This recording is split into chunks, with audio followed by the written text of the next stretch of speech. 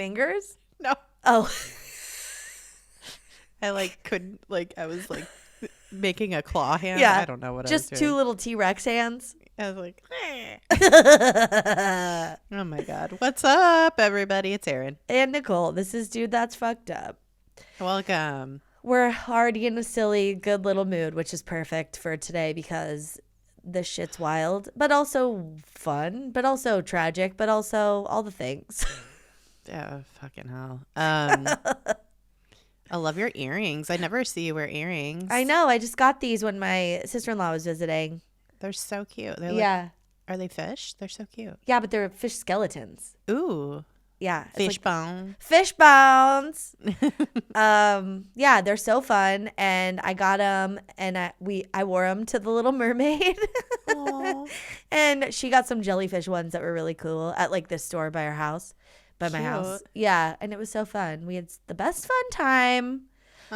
I just had so much fun too with my niece and my nephew, of course, and everyone. But, my sister-in-law and my niece, we're all into the same stuff. And it's just so fun. And it's just so fun having a little kid, when we were at Disneyland, be like, I want to ride with Aunt Nicole. And I was just like, oh.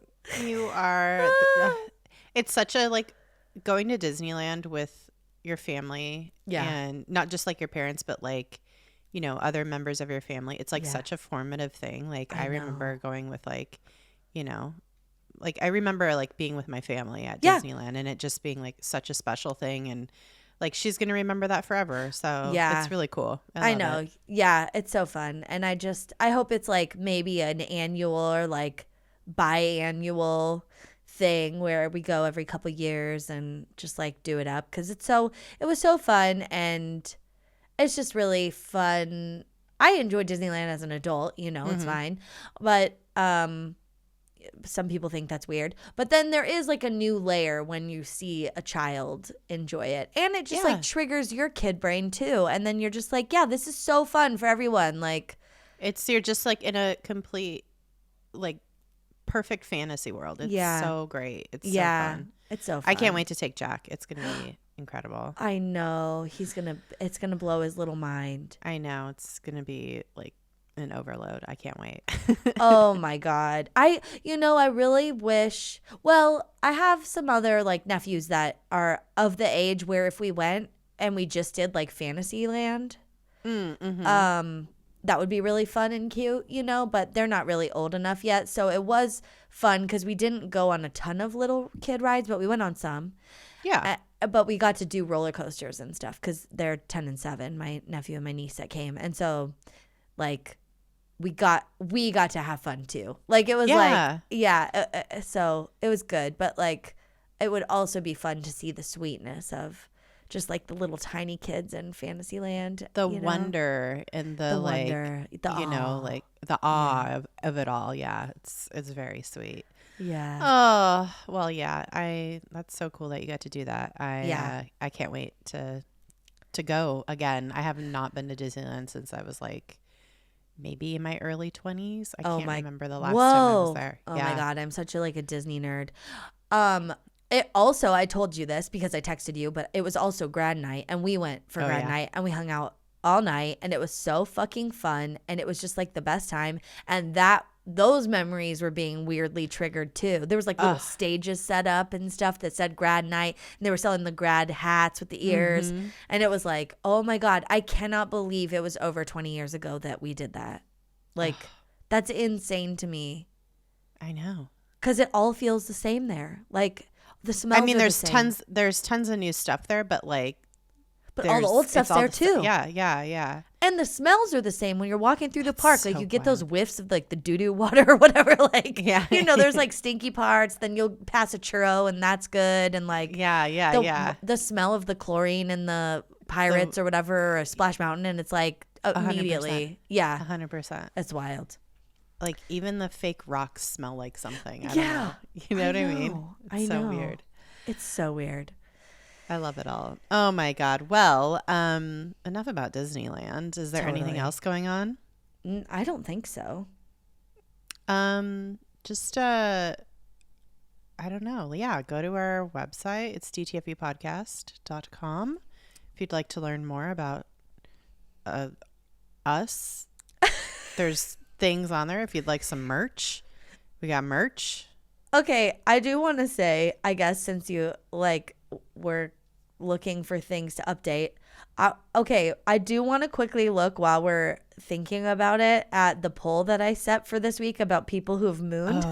Oh yeah. Oh, I want to know. Okay, I want to know. Okay. I messed it up. Okay. So the question I put on the poll from last week's episode, and actually we got a good amount of votes already, and it's only been a day, so this could change. But Amazing. this is where we're at in one day. Okay. The question I put was, have you ever mooned someone? And this is on Spotify. This is on Spotify. There's like a poll on Spotify. Yeah. I don't know if this will still be up by the time this comes out. I don't think it will, but just know that we sometimes put polls, or you could submit questions sometimes, or answers to questions that we've posted on Spotify, and you can interact with us there. So if you're watching there, it'll alert you that we have a poll or whatever. Yeah. And if you're not listening on Spotify, maybe think about it, because it's pretty cool, because you could watch the podcast on Spotify too. It's very cool. Yeah, you could choose to watch or just listen. Yeah. Okay, so have you ever mooned anyone? These are the options, but I don't think this one doesn't make sense. Okay. Have you ever mooned anyone? Yes, and I'll moon again. Yes, but I regret it. No, but I would. And never have, never will. Okay. And then I also put no, but I have, which doesn't make sense. I couldn't delete it. It's there. It's fine. Oh, okay.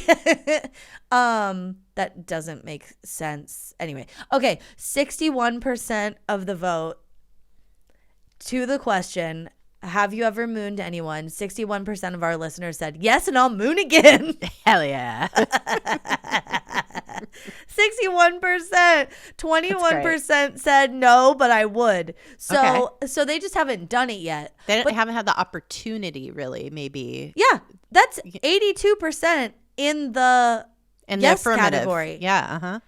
And I love that. Yeah. And the rest of the people are not into it. Okay. That's fair. It. But 82% is pro mooning and will or have. The fact that you're even down to answer this question. Yeah. Makes you my friend. Makes you my friend. Yeah. There's no wrong answer here. But there's no wrong answer. To all the ones that have shown their butts and are going to show their butts again,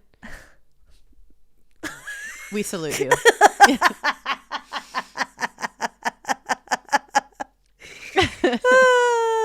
If it wasn't so hard, I would turn around and show my butt right now. Mm-hmm. But it'd be. I was gonna say, yeah. I don't feel like standing up right now. But yeah, it'd take too long. Yeah. Also, what I see in my head is me doing an Ace Ventura type thing, and I don't have the right pants on for that. I need weird pants.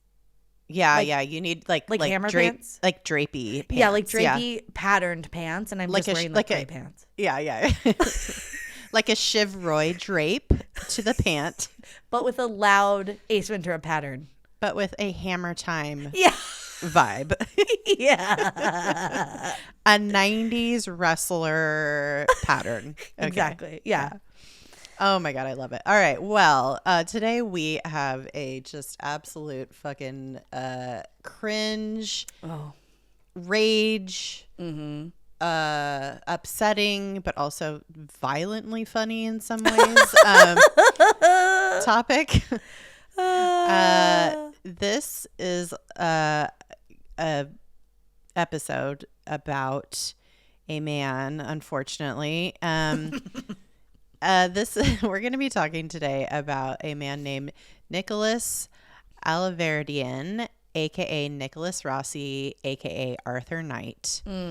This man is an American fugitive of the law, wanted for rape and fraud, among other various crimes. He is a piece of shit. And in order long-time piece of shit. Long-time piece of shit.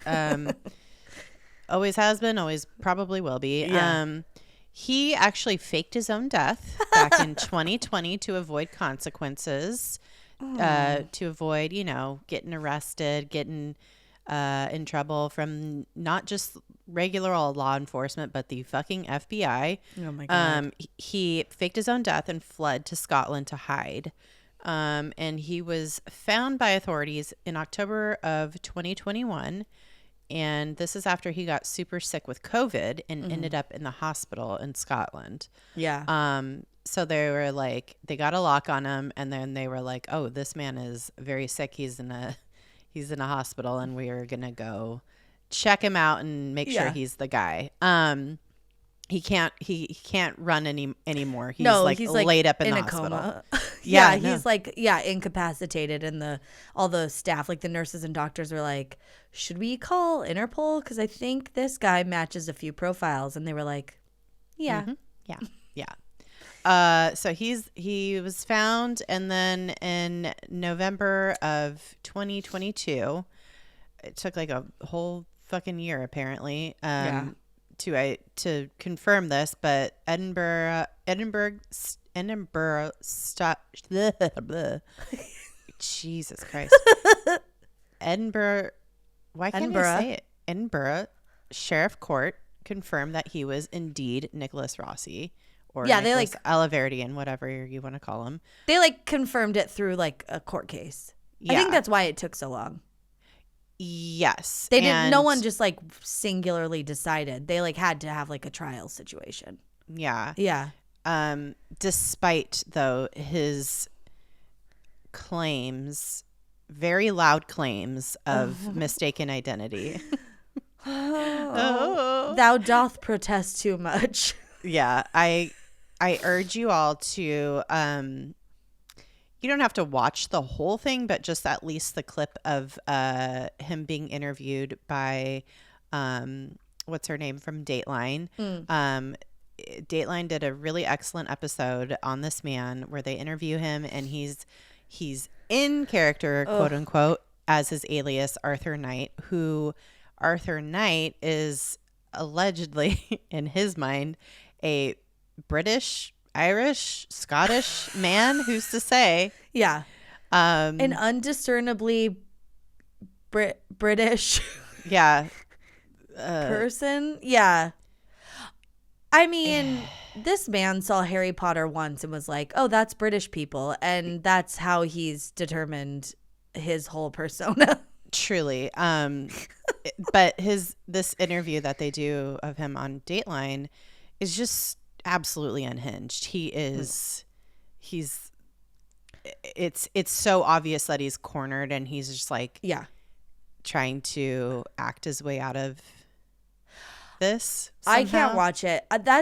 That's truly for me the cringiest thing to watch is when someone knows, they are so committed to the lie, even though literally every single person is like, what are you doing? Yeah, it's what are you doing here, Nick? Come on, man. Just and by the way, God, we're gonna be doing a lot of impressions of this guy later on.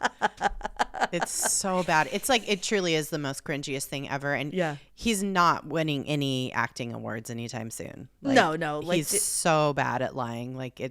There's no Oscar for this man. No, he is cornered, and he is caught, and it's so bad. But at any rate, he is currently in jail in Scotland, and the U.S. is currently working on extraditing him. Mm-hmm. So that will be very fun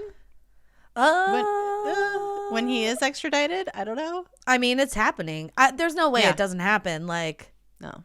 We'll talk about it later, but we have to have an update at some point because his trial for extradition is starting June 26th, I think. So it's coming up. Yeah. And it's gonna happen. It's gonna happen. Scotland doesn't want him. They're gross. They're like, ew, get this fucking gross asshole out of our country. This man thinks he's Harry Potter, first of all. Have you seen his glasses? Second, he's a grown man that only wears bow ties and pajamas. Get him out of here. He is a literal child trapped in a 30 I think he's like 35 years old. He's the most it's human. It's a hard 35 too. Oh, yeah. That could be a lie too. He is like a sentient neckbeard. Mm-hmm. Or a fedora. Oh, both. He's the whole package. he's the starter. Like he's the starter pack for a fucking mouth breather. Like, this guy sucks so bad. He's like the Groucho Marx glasses, but if it was a fedora with like a neck beard hanging from it, like it was already attached to the hat. Yeah. Yep. Mm-hmm. Like a prop comic or something. Like he's that. I mean, this man does have a history of like trying to be in disguise to like avoid consequences or to like, you know, try to like slip through whatever bullshit. Okay, but it's giving like toddler in the corner covering their eyes thinking you can't see them. It's like in a game of hide and seek, and you're like, okay, like what do we do here?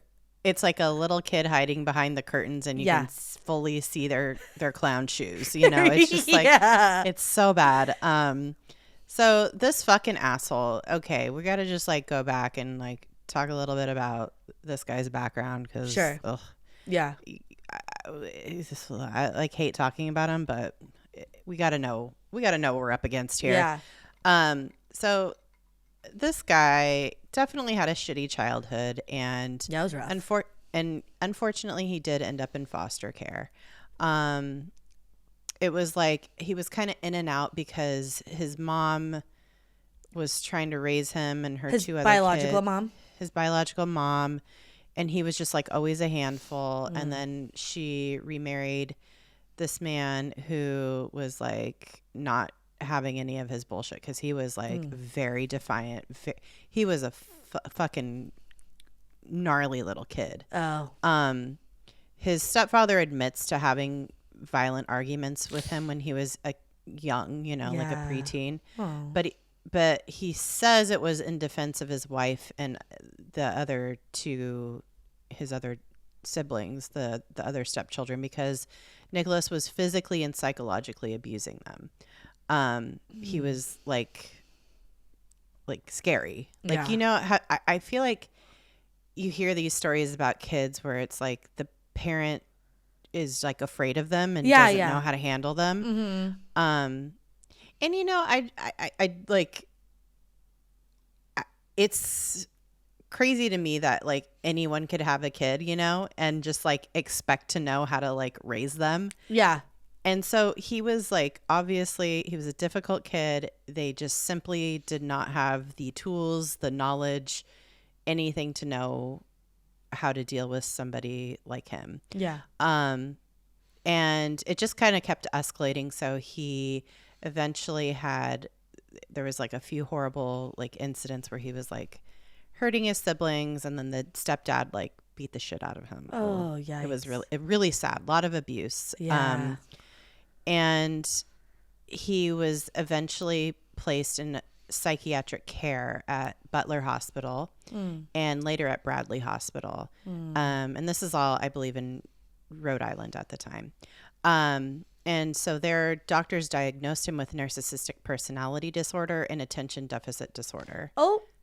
Yeah. So he had a lot working against him. Yeah. And if you don't know what any of these things are or how to handle them as like just a, you know, parent, what are you going to do? So they did the right things. Yeah. You get them diagnosed and you work with professionals to figure it out. Exactly. Because like your child is your responsibility. And also you have two other kids that you need to take care of and protect. Yeah. So he was in a treatment. He was discharged from this treatment program, and then he briefly went back to his family home, but he was removed again and placed into the care of DCYF, and that's like foster care basically. And like, I mean, not to defend him or his actions, because once you're an adult, it's your responsibility to deal with whatever trauma you had as a child. But like, all of this is highly traumatic. Like, he was a child. Like, yeah. you know, his personality disorders and stuff too. It's like not how he can't control that. It's just a thing, you know, like, and so all of this kind of movement and shuffling and altercations and all that stuff, like that fucks you up. Yeah, and this is like all like throughout the early 90s, you know, where we barely knew how to deal with mental health issues and let alone talk especially about with children. Yeah. And so I definitely do feel like he was not set up for success. And it's very sad. Right. So And also it's his responsibility. He's an adult also, now. He's a 35-year-old man.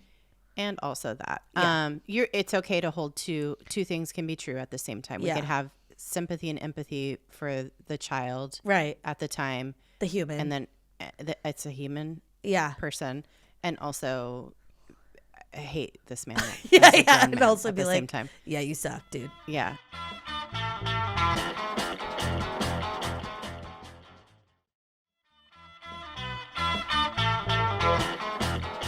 So yeah, very, very fucked. But after he'd been in foster care off and on for a while, as he started to become a teenager, it seemed as though he might kind of come out of it on the other side, because he started to work as a page at the Rhode Island House of Representatives. And that's kind of like a cool like thing. And so he started to become interested in politics, and like he started to become vocal about the experience that he had gone through in foster care and like how fucked up it was. And that's how change happens, you know? Exactly. Yeah. Like people, of course, you would be like, yeah, all right, this kid's doing great. Yeah. And so he was kind of like on the right path, and it was like positive, like very positive changes. And he was working with lawmakers to enact change to the system, to the foster care system, to help children. And so he kind of like got in with like a lot of these politicians. They were very endeared to him because he was just like so open about his experiences. And, you know, he seemed like such a great, charming, he was very smart kid. And he ingratiated himself so thoroughly, he was nearly adopted by one of the representatives at the time. This man named Brian Coogan, he was a Rhode Island representative at the time. He stated that he felt very sorry for him after listening to Nicholas Alahverdian's, you know, experiences of just being like abused and you know, going through the foster care system. And like he had a lot of stories about fucked up shit that happened. Just being in the psych hospitals and shit, like even that, like all of it is like not pleasant. Yeah, but unfortunately he actually was doing a lot of what he was saying was happening to him. He was actually doing to kids in the system at the hospitals. He was like, no. It was like a big like he roundabout was the bully. like projection. He was the bully. Oh, he was a sociopath. Mm-hmm. Yeah. Also, that's a narcissist too, right? Yeah, isn't 100%. that narcissistic behavior? Yeah, totally. And like some Munchausen shit by proxy or something. It's like, I mean, he was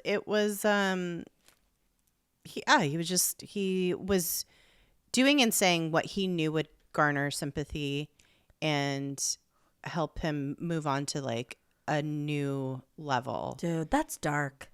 Super dark to know how to do that at like that young of an age. To know how to do that because you're treating other people like that and you know it's wrong because you probably somewhere feel bad about it, but you're too much of a narcissist to like let those feelings change your behavior. Yeah. So then you're just banking that shit to then tell it as stories to other people to garner sympathy. That's unhinged. That's scary. It's really scary. Yeah. So this man, Brian Coogan, this representative, he like was, I guess, he was like on the verge of adopting him. Whoa. Like he literally, I guess this is what he said. He said that Nicholas called him and was like crying and in a panic because he was like, they're gonna like, boot me out of the system, and I'm going to be like, I don't know what's going to happen to me or whatever. Yeah.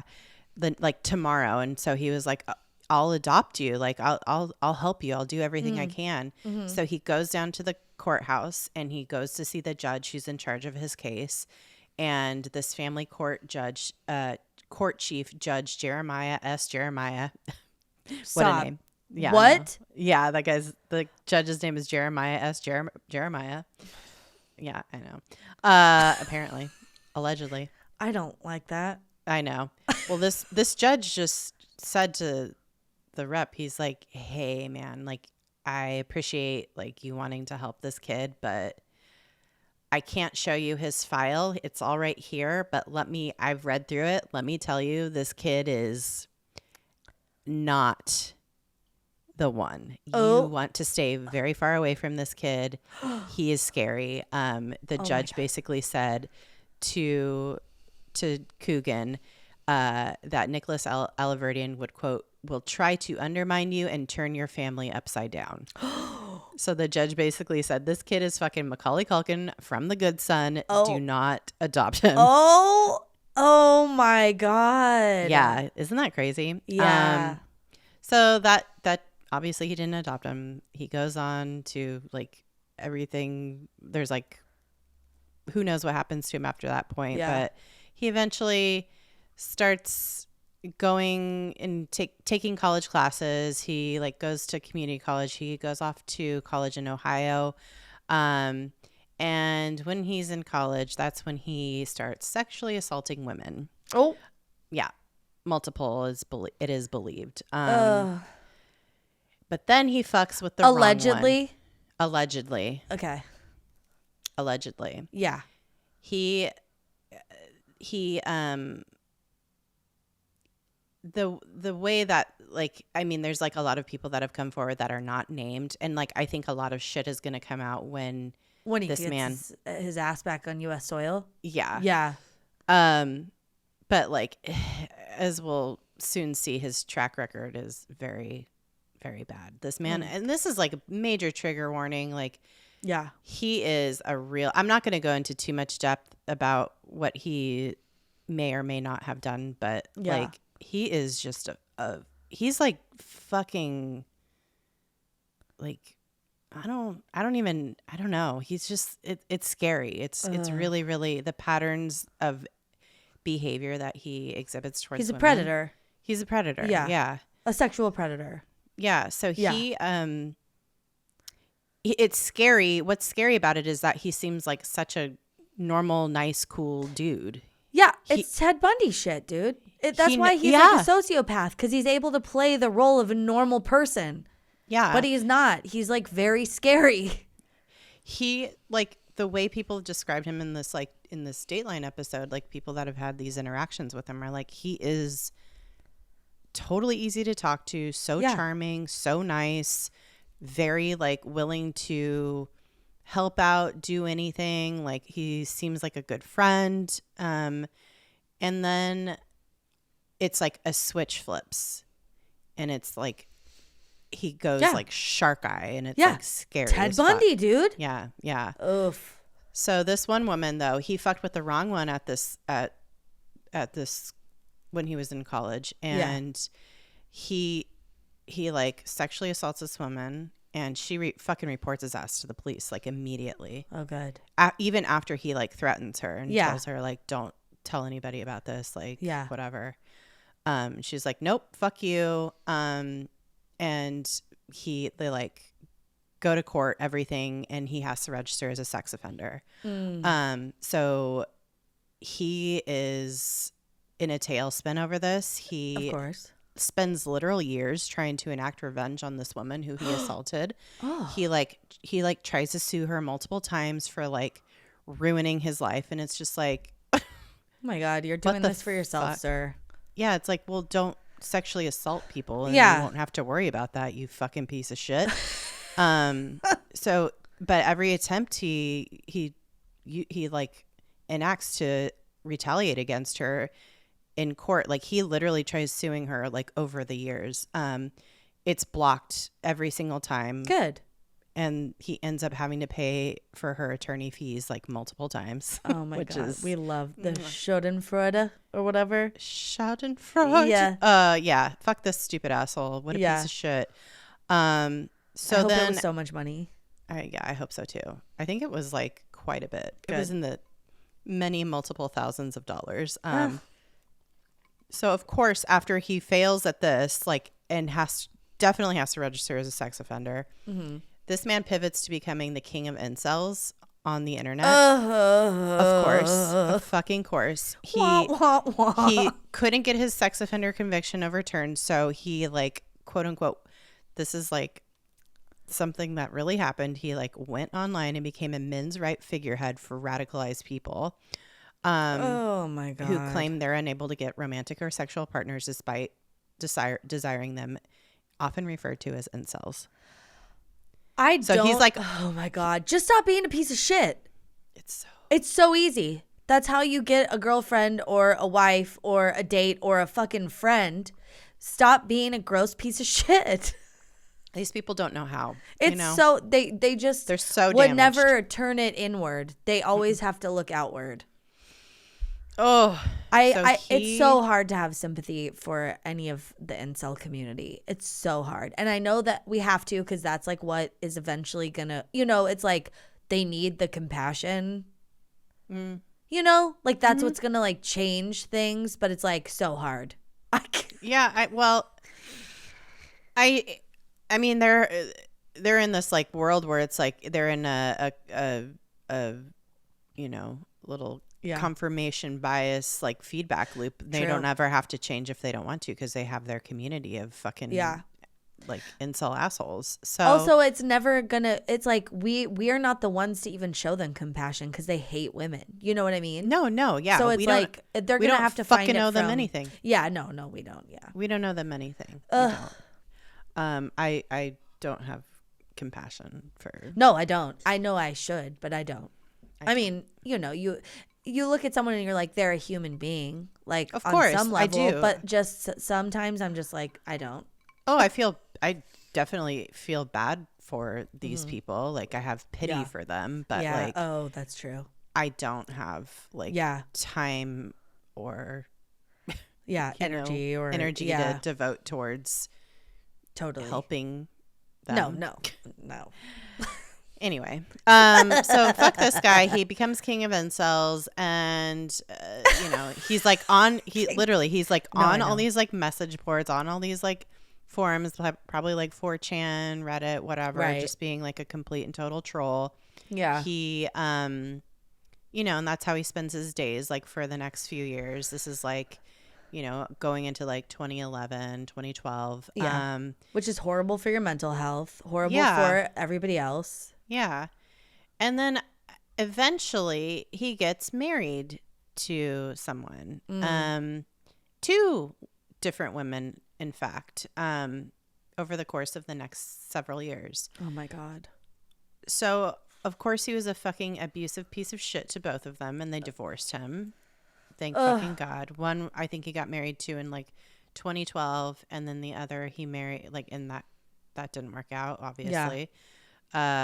She divorced his ass like pretty quickly, and then he got married again in 2015, and that only lasted like 7 months. And that poor woman, oh my God. Oh my God. I just feel so terrible for these women. Any woman that's like come in contact with this guy just has been completely traumatized, if not assaulted by this man. Yeah.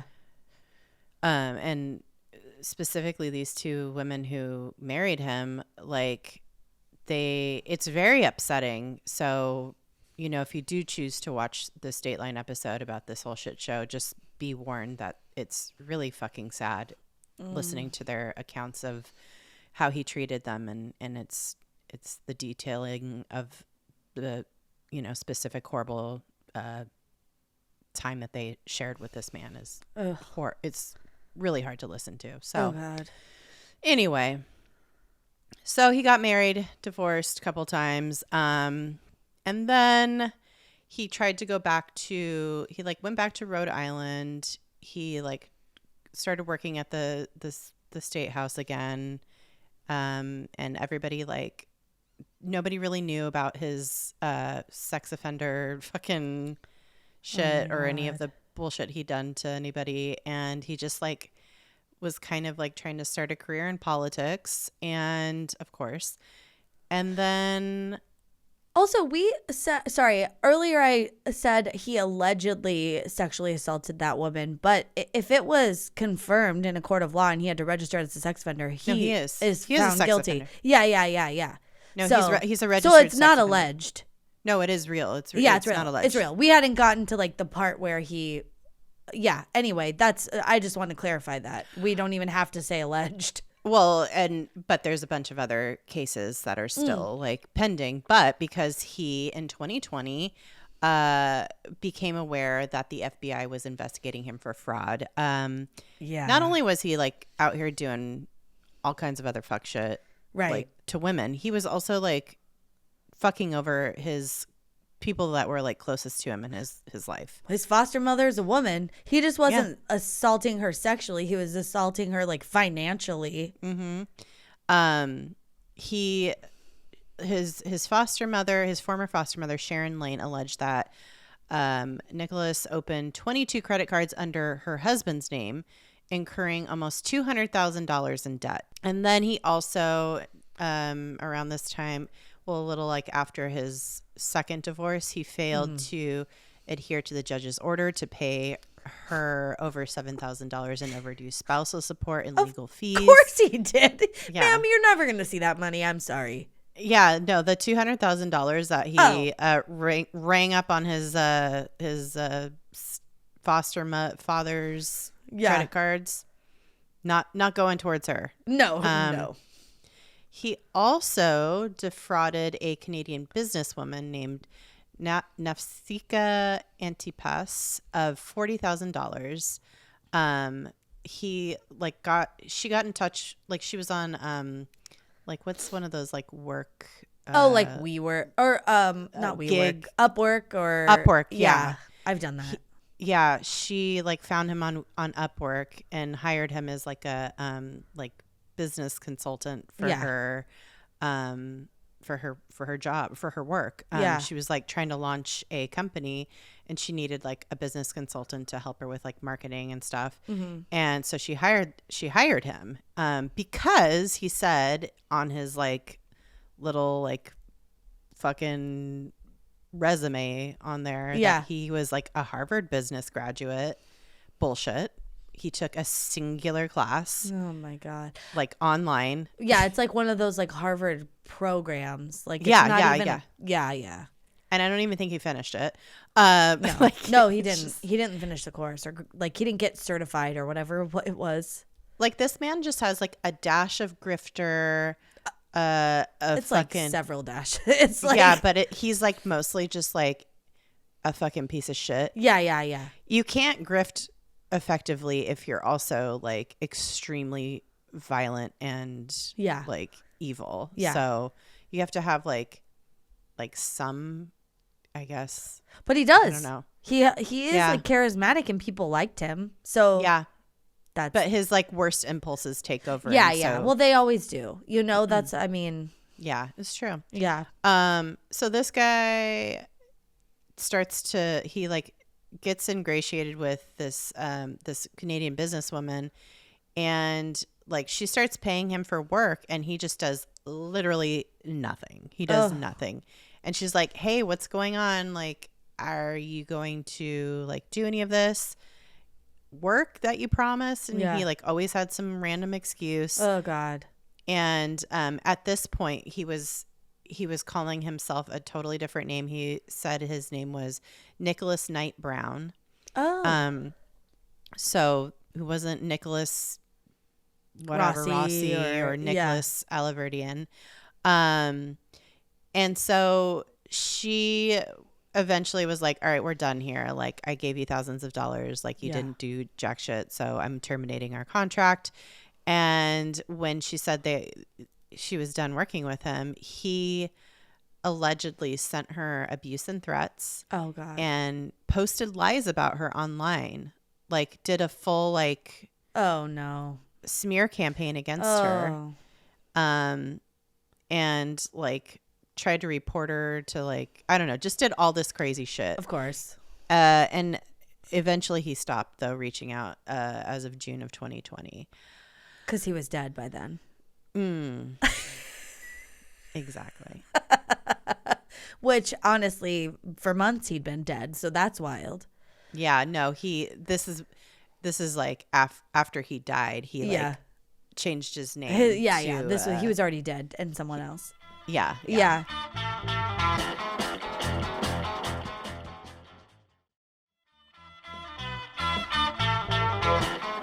Okay, I want to talk about this next part too because it's like it's so weird.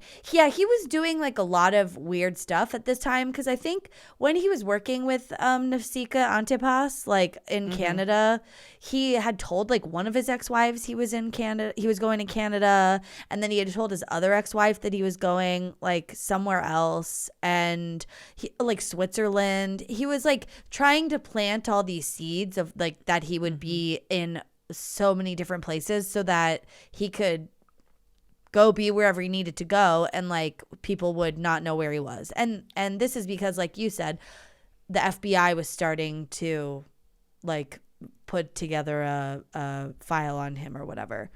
Okay, so all this is heating up. He knows the FBI is like interested in him. And so in January of 2020, he starts telling people that he's been diagnosed with non-Hodgkin's lymphoma, like cancer. And he's like, I'm sure he started a GoFundMe. I feel like I read that he did, but then I forgot to go look and confirm. But it feels like something he would do. Yeah, 1,000%. Yeah. Also a great way for him to make money at this time where he's has just defrauded someone. Okay, so in February of 2020, he fakes his own death as Nicholas Alahverdian. Yeah, he the changed OG name. He had changed his name to Nicholas Rossi. Yeah. Through like his 20s or whatever, and then he flipped it back to Alahverdian when he started getting some heat put on him. Okay. So in February 2020, he fakes his own death. And media outlets reported this, like especially in Rhode Island, where he was like wanted for, I think, like the credit card fraud and stuff through his foster mom and all that. And also they had been like looking into him because of all this shit he had been accused of and was involved in. And this is wild to me because like there was never a death certificate presented to any of these news sources, but instead they were going, like they were told by his ex-wives also and like family members and stuff. Like, so I guess maybe once you've confirmed it with a few different sources, like you can write about it. I don't know how that works, but one of the ways they confirmed this was with a post on a website called everloved.com, which is like a website for like memorials and obituaries and stuff. But like clearly this man wrote his own. And yeah, it is like a glowing fucking like eulogy about he's a this Harvard man. graduate in it. Yeah. He is like a successful business person. Like everything is so pumped up about. He helped legislation in the state of Rhode Island for foster children. Like it's all just like such a glowing, yeah, like you said, life that he led. And yeah, that was like one of the things that they used to be like, oh yeah, I guess he died. And then they all kind of like moved on from him a little bit. I think some people had a bad feeling. Like, I don't think this is real. I read one account from like, I don't know if it was, I think it was like one of the prosecutors like found out he died. And they were like, my first thought was, I don't think so, because it sounded so fishy. But how do you tell someone like, I don't think your son's really dead? Like, yeah, no, I mean, this is the thing. Like, I think he had already fled the country at this point. Yeah. He was already in the UK. He was already in the UK, and he like planted all these seeds with people, like saying he was sick, whatever. And one of the journalists he reached out to was this man who's written a bunch of articles about him. I forget what his name is, but anyway, he's a fucking great reporter, great journalist, and he knew about him through all of his like work he had done at the Rhode Island House of Representatives. Yeah. And like he knew he was like a person that was like in the like political scene, but he was just like, whatever, I'm sorry you're sick, that's horrible. Yeah.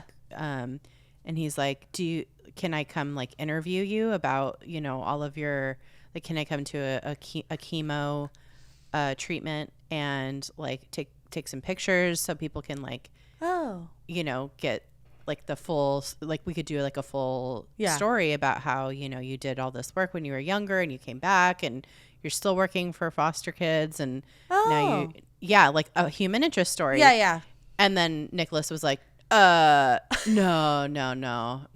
I can't do that. And he's like, all right, never mind, I won't do a story then. And then he got all fucking pissed and then like dropped it. And so it was just like, he like kind of called his bluff, and then that guy knew. He was like, this guy, I think this guy's full of shit. Like, I don't know what's going on. It's so weird. Yeah. Also, the fact that it was so messy because he was like, oh, I have cancer, I'm moving to Switzerland. And then he's like, I have cancer, I'm moving to the UK. I have cancer, I'm moving to Canada. Like, he was like telling everybody a different place. Yeah. Like, that's my guy. Like, that's, people talk to each other. This is the age of the internet, sir. Honestly, this guy could have gone really far in like the 1800s, I think. Yeah. You know, like he could have. The 1800s were perfectly, or the early 1900s were very perfectly suited for these types of people. I don't know. Look at George Santos, though. Like this guy and George Santos, are they the same person? I don't know. Maybe. Like that. Like. Yeah. They're brethren. Right, they're brethren for sure. So this guy, the timeline on this is like so fucking wonky because this guy's life is just such a mess, and so he's just so all over the place, and he's telling so many people so many different things, and he's just like, he's also like making this whole alternative reality like on the internet. Yeah. So he's already like setting himself up to be a completely different person and a completely different part of the world. This guy is a fucking veteran internet troll who has been using sock accounts to harass anyone who's ever like tried to like say no to him or stand up for themselves. He got that incel training. Yeah, he got the incel training. Yeah.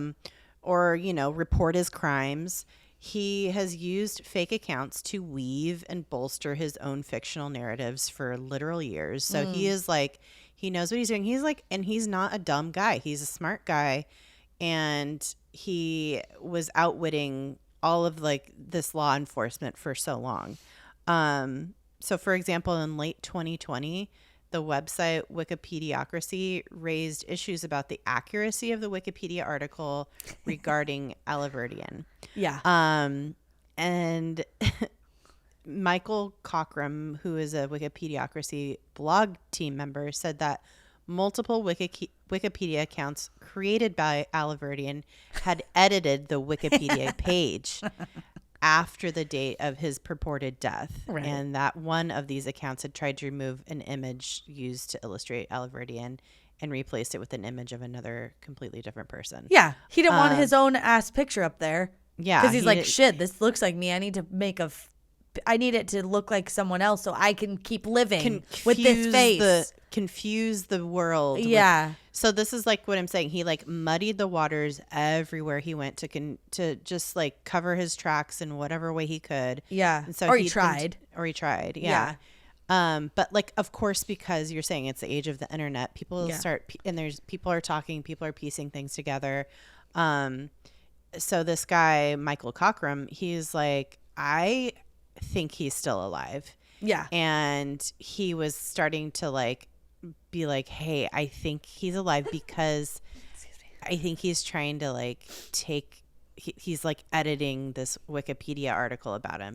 He's supposed to be dead. Why does somebody care this hard about the Wikipedia article about him? Yeah. And so, and he was also like trying to remove any information that disputed his reported death. So people were like, what the fuck is going on here? Okay, I was on TikTok Live when I was doing the research for this, and I was like, this is so wildly perfect timing on his part without even knowing. Like when in January of 2020, when he was like, I have non-Hodgkin's lymphoma, and then he faked his death in February, and then we were in a global lockdown for like 2 years starting the next month. So like in terms of timing, faking your own death, perfect timing. Yeah. Because now you're just hidden away somewhere and everybody has something else to focus on. But the flip side of that is this Cockrum guy who's like, okay, all I got is time in you know, the mid 2020. I'm gonna be constantly online and I'm gonna notice what, you know, like it's like the flip side. But if he would have just like faked his death and not fucked with his Wikipedia article, he probably would have been fine. Because also the man has gained a lot of weight since like some of the earlier pictures, and I didn't even like, I was like, that's the same person. So like he could have just lived his life. Like, well, the irony of it all is that he almost did die from COVID. Okay, yeah, that is the irony. Yeah, it's like yeah, but a whole year and a half later. Okay, or like a year later. So okay, January of 2022, this man got a pretty bad case of COVID and he was admitted to a hospital in Glasgow. Or it may have been at the end of 2021, but I don't know exactly when he was admitted. But in January of 2022, the staff and stuff noticed that he had these like very specific tattoos. And someone figured out that there was like an Interpol alert person of interest. There was an alert and they were like, okay, this man's tattoos match, and they totally narked him out while he was like unconscious. Which is so funny to me, and what he deserves. And they came and arrested him, and this is this man, okay? When they came and they're like, we think you're this person, Nicholas Alahverdian. Is that his name? Alahverdian. Yeah. We think you're him. He was like, why? And they're like, well, your fingerprints match, first of all. And then also you have the same like hideous tattoos that he had in all the right places. And he had the gall to be like, actually, someone messed with my fingerprints while I've been here. And also, someone came in and put these tattoos on me. Like, first of all, like, a COVID unit is going to let a tattoo artist just walk up in that bitch and put tattoos on an unconscious person. Like people don't have shit to worry about. No, and these are like tattoos. These are not. Like these are like very elaborate tattoos. It's not like a heart and a mom tattoo. It's like it's like a fucking family crest or like one of them is like a big like crest of some kind with like a flag and a shield. They're fucking hideous. Yeah, they're very distinctive, and it's just like it's his vibe. This like would take hours and hours of very talented tattoo artist sitting down and like doing this. So, and then your fingerprints, how are you gonna he's like literally out here being like, are you sure that every person has different fingerprints? Well, I once read he's like, well, actually no, but that's also the thing. It's like I just don't understand the thinking of a person. And obviously, like, mentally in some way, he's unwell. Like, whether it's his narcissism or whatever is going on. But it's like a normal person would not be cornered in that situation and keep doubling down. Fingerprints? No. Like, there's no one. And it's not even like, oh, yeah, we had a partial match. It's like, bitch, every single fingerprint matches this man's fingerprints. We have all your fingerprints. Your retina. We have actually they had rape kits that had his Oh yeah, fucking DNA. Yeah, they could do a blood test. Yeah. Like, this is what I'm saying. Like, there's like several victims out there in the world of women who he. Yeah. And you're just like, the poor people in that situation. Because you're just like, sure, Jan. Like, it's just, how do you even deal with that? Like, it's so infuriating. He is an absolute piece of shit. And it's like, I don't know how. It's just beyond me. Like he's not like throwing up his hands in any way, shape, or form. I know. He is just fully going in on this totally made up persona of this quote unquote British, Irish. I don't know. Like I said, I'm just not quite sure where he's supposed to be from. British Irish. Arthur Knight. And it's just so embarrassing at this point. Yeah, at the point where he's in the hospital, he's like, his pseudonym is Arthur Knight. And again, like this, he just feels very much like he saw Harry Potter once and was like, oh, that's what British people are. And then he got the round glasses and started talking like Harry Potter. Yeah, except he was very, okay, this was also like a fun detail. Apparently his neighbors and stuff, we're like, okay. First of all, they're like, this man was supposed to be under the radar because my man was in silk pajamas, like full bow tie, fedora, these like round glass. Like, he is someone who wanted to be seen. He was down at the pub all the time, just like hanging out with the dudes, just like fully living his best life, not keeping low profile whatsoever. And on top of it, he has this like English accent question mark because it wasn't good. And also he was like supposedly like doing a very, very posh, very pronounced, it's called a cut glass English accent. And it's like, I think this is what it is. It's like very much like royal family. Like, I think it's like very in the front of the mouth. In the teeth. Yes. Yeah. I'm Arthur Knight. Wonderful. How dare you say I'm this Nicholas Alahverdian? Like, how dare you? I've been in the hospital with the COVID, and I'd appreciate if you'd leave my name. No, that's too street. I'd appreciate if you'd leave my name out of it. The craziest thing about this is he says he is an orphan from Ireland, and he like grew up in Dublin, and like what? Why is your accent British? Yeah, then why the fuck do you have this like cut glass British accent? Posh British accent. When you're a fucking orphan, you should sound like British orphans at least. No one sounds like that, but you should, because that's what you're saying you are. Like, I don't know. This man is just, like you said, he just watched some TV shows and was like, I think he probably like emulated like a BBC, like, reporter kind of accent or something. I don't know. I have no idea. It's just truly wild. It's wild. So, and obviously his acting with the Dateline special is like so cringe, and we were talking about it before we started recording. Like, I can't watch it because I saw a little clip of it and I was just like, it's so uncomfortable to me to watch someone who's been cornered keep doubling down.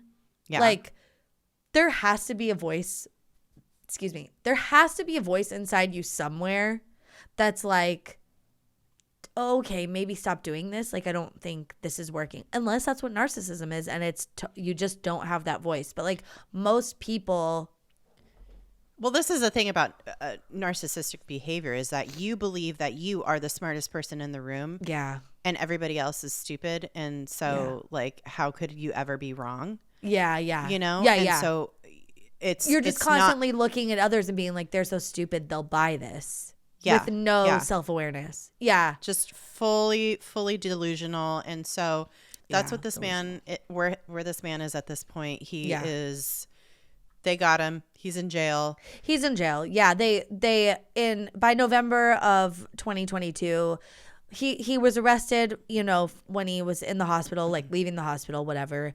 They went through a trial, and in November of 2022, the UK courts found him guilty of being himself. They're like, you're absolutely Nicholas, whoever it is.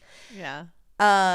And they're like, yeah, that's you. And he was like, oh shit. But still not admitting to it. He's like still shouting from the rooftops. He's done numerous press interviews with his wife. He has a third new wife, a third wife out that he met and married back in like 2020, like literally like a month or a couple weeks after he declared that he died. Yeah. He told everybody he died. Oh my God. He's like, I'm literally dead. And then he like went and married this woman, this British woman. And so, yeah, he's been making these like media rounds with her, talking about how he's just like, this man, Arthur Knight, and I can't believe I have this horrible case of mistaken identity against me. It is truly a travesty of the justice system. That's what he sounds like. Oh my God. Like, I'm not even fucking kidding. Rhode Island. I've never heard of it. I've never been to an island. Sunburned. Yeah. Oh my God. This man. Do they have coconuts there? 'Cause I've never been. So how would I know? America? I don't know who this Nicholas Rossi or Alahverdian gentleman is that you keep referring to. Like, it's just so, oh my God. Like, that's literally what he sounds like. Oh my God. And he just, oh my God. I'm not even going to talk about all the other shit that he, like, is playing up because it's all fucked up. You just got to see it for yourself. You got to experience if you want to cringe. You want to, he has an oxygen machine and he has like a whole, and who knows, like maybe he does actually need that since having COVID and he's, but who's also it's a whole ass fucking bit. Act. Yeah. Yeah. Like, and this isn't the first time. This isn't the first time that he's used like the impression of a disability to get himself out of trouble. This is fucking Ted Bundy, dude. It's the same. It's like this. He hasn't killed anyone, but it's like the same. He has the same like disorder or brain situation that's like telling him that you need to garner sympathy by like, and people do this. We see fake cancer people's GoFundMes all the time. Like people are atrocious and people are unwell, I guess you could say. This man is clearly unwell. Very much so. But also knows what he's doing. And that's why the U.S. is so invested in getting him back. Which, okay, I mentioned earlier, like, yeah, he's been accused of being himself. He's himself. The courts have found him to be himself.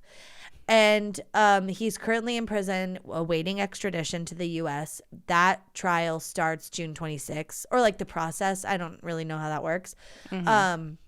But also he's been in the news since that, like in the last few months, because a couple months ago his name came up for jury duty, but he was already in prison. Like it was like he needed to serve jury duty and then didn't show up. And they're like, wait, is this that guy?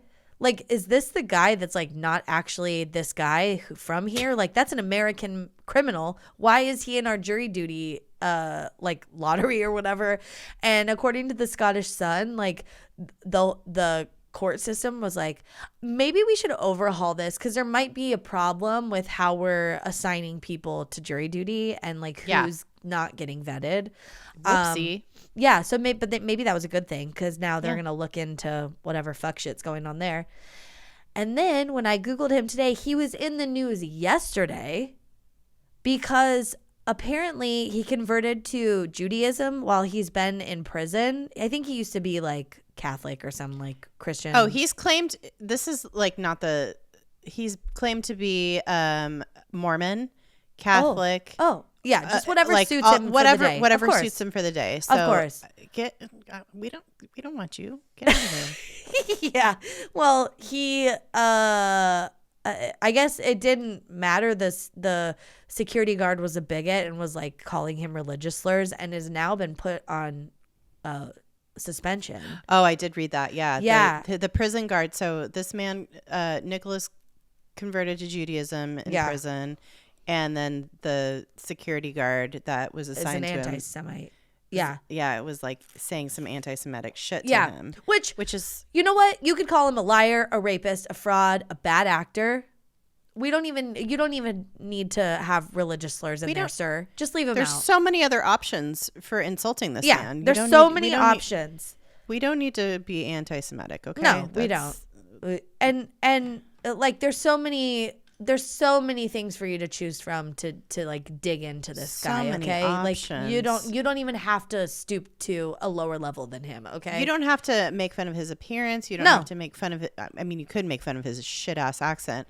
You can make fun of his clothing and his fashion choices. Fashion choices, absolutely. They're dumb as fuck. But why though? Yeah. You can make fun of his behavior and his actions because they're shit. Mm-hmm. Absolute shit. This guy sucks. He is a fucking monster. He's a monster. He's not just an asshole. He is a literal monster. And like, it is scary to see him double down. Like it's cringy and like funny in a way, but also like knowing that he has deployed these like tactics as a way to avoid consequence over and over and over again. Accountability, and has like dug himself into this hole where he is just totally devoid of any any kind of like regret or any kind of emotion resembling I don't know, like a human being is just really creepy. I just feel like if you're in a situation where you're planning to fake your own death,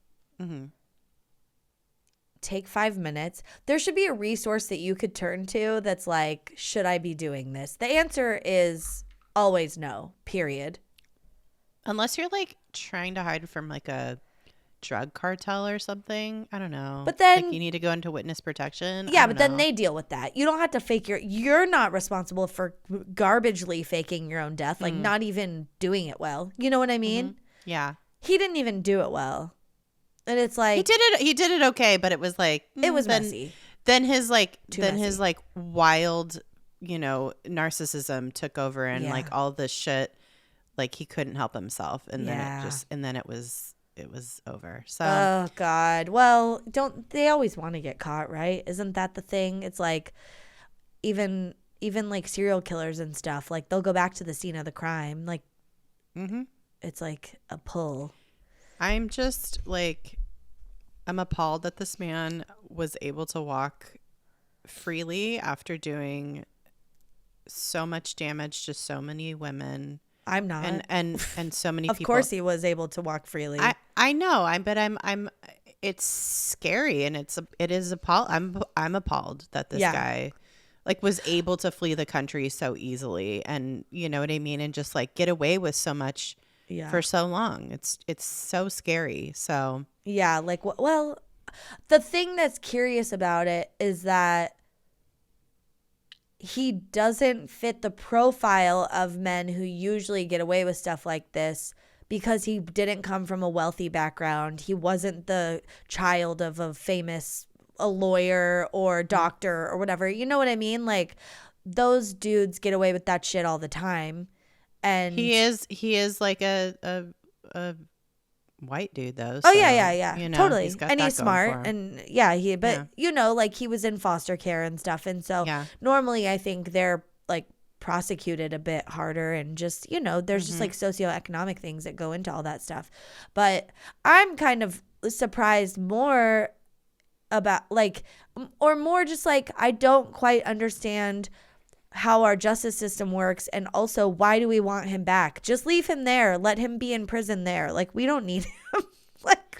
Well, I personally am very excited to see him extradited and to see how bad our media freaks out about this man. Like once like the media cycle starts about him and you know, it gets into the mainstream of how wild this dude is. Yeah. I feel like there's going to be like people are going to lose their minds and it's going to spawn a lot of, you know, wild hot takes. Yeah. So hopefully we're I mean I know a lot of people have talked about this topic already, but I hope you've learned something today. Oh, I didn't know. I haven't heard about this at all. Also, I mean, I did, you know, I just heard about it, but like I hadn't like dug into it. But also, maybe it's coming at just the right exact time because we're still on the writer's strike and we don't really have any shows to watch, so we could watch court trials and stuff like this. Yeah.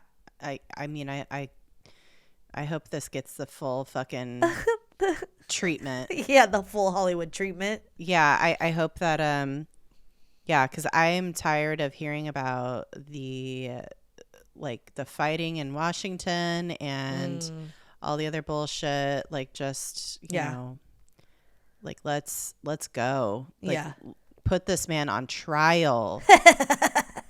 Throw him to the wolves. Yeah, throw his ass in jail. Make him work off that $200,000. Yeah, make him. I mean, just honestly, like I just want justice for these women that he's fucking assaulted and robbed. Yeah, and you know it's horrifying. So, fuck this guy. Oh my god, fuck this guy. All right. Well, that's all I got. Stay tuned to see what happens to this guy. And just gross. If you have any other info about him, send it to us. You could send it to us at our website, dtfupodcast.com. We have like a submission form. You could tell us like what you know about him. Maybe you're from Rhode Island and you have like a fun article you want to share or something. This guy's a fucking scumbag. Oh. Yeah. I don't know. That wasn't very Rhode Island-y. I couldn't tell you a Rhode Island accent. It's like very Bostonian. Oh, okay. That was good. Yeah, that was close.